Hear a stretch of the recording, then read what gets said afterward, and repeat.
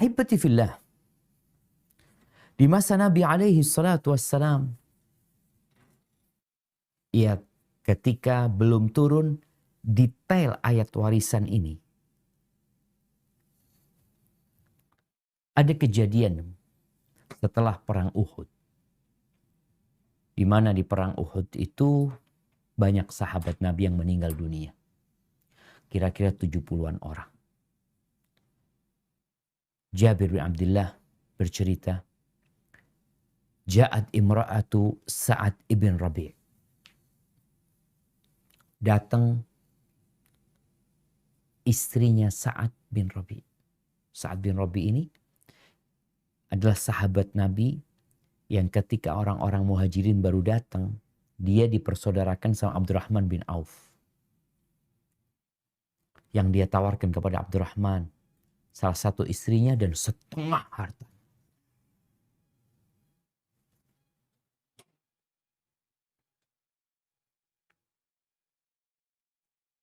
Dan setengah harta dia tawarkan itu. Taib, orang kaya raya.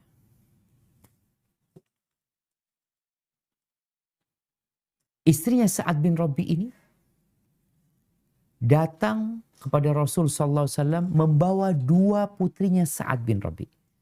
Ternyata Sa'ad bin Rabi nggak punya anak laki. Lalu dia berkata,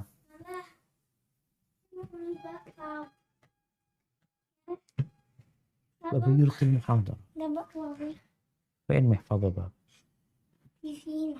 ما في. روح هناك جيب فلوس في البيت. 2000. نعم. طيب عفوا. Ada yang baru lewat. Udkhul min hina anta. طيب. Dia bawa dua putrinya kepada Nabi SAW. Ya Rasulullah. Kata istrinya Sa'ad bin Rabi'. Wahai Rasulullah,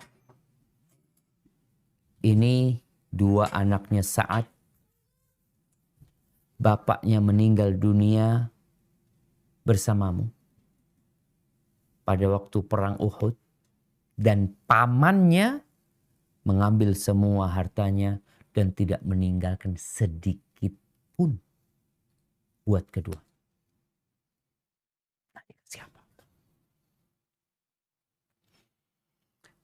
Wala tunkahani illa walahuma mal. Dan dua wanita ini kayaknya takut nggak ada yang menikahinya kalau nggak punya harta. Kan ada orang menikah karena harta. Jadi kalau ngelihat ada perempuan kaya raya, ya kaya raya, cantik, banyak yang tertarik. Maka ibunya mengeluhkan hal itu, masa depan dua anak itu. Apa kata Nabi SAW? Yaqdillahu fi dhalika. Allah akan memutuskan untuk urusan itu. Kenapa Anda sebutkan hal ini?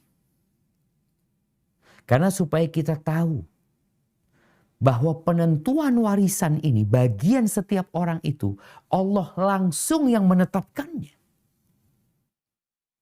Karena Allah itu pencipta.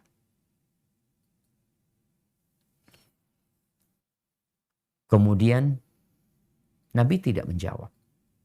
Nabi menunggu keputusan dari Allah Azza wa Jalla. Kemudian turun ayat pembagian waris.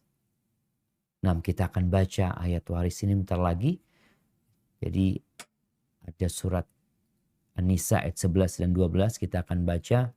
Setelah turun ayat itu, Nabi SAW memanggil pamannya yang ngambil itu harta. Jadi nggak sembrono menetapkan warisan ini. Pamannya masih menggunakan cara lama yang dia pakai. Dia bertanggung jawab dengan keponakannya sebagai anak yatim. Dia ambil tuh harta, dia pikir haknya dia. Kemudian setelah pamannya datang, Nabi SAW mengatakan, A'ti ibnatai Sa'ad ats-thulutsain. berikan kepada kedua anaknya saat 2/3. Wa'ati ummahum ats-tsumun, berikan kepada ibunya 1/8. Wa ma baqiya fahuwa laka, sisanya untukmu. Rawahut Tirmidzi. Lihat jemaah, siapa yang membagi warisan itu? Bukan ibu. Karena suaminya meninggal dunia, dia sebagai seorang ibu, maka dia atur, ini buat anakku fulan, ini buat anakku fulan. Lah. Karena itu harta bukan punya ibu. Yang punyanya ibu silahkan diambil. Mau dibagikan silahkan. Ibu juga punya harta mungkin. Atau bagiannya ibu mau dia bagikan silahkan. Tapi untuk anak-anaknya, itu Allah Azza wa Jal yang telah menetapkan. Dan masih banyak jamaah di beberapa daerah itu. Kalau meninggal dunia bapaknya, itu kakak paling tua menguasai. Dan dia beranggapan bahwa adik-adiknya harus nurut sama dia karena dia paling tua. Atau kalau sang ibu masih hidup, ibunya nguasain. Dia tidak mau mendengarkan omongan anaknya. Kalau ada salah satu di antara mereka yang menuntut haknya kepada ibunya, maka akan dicap anak durhaka. Kok kayak gitu?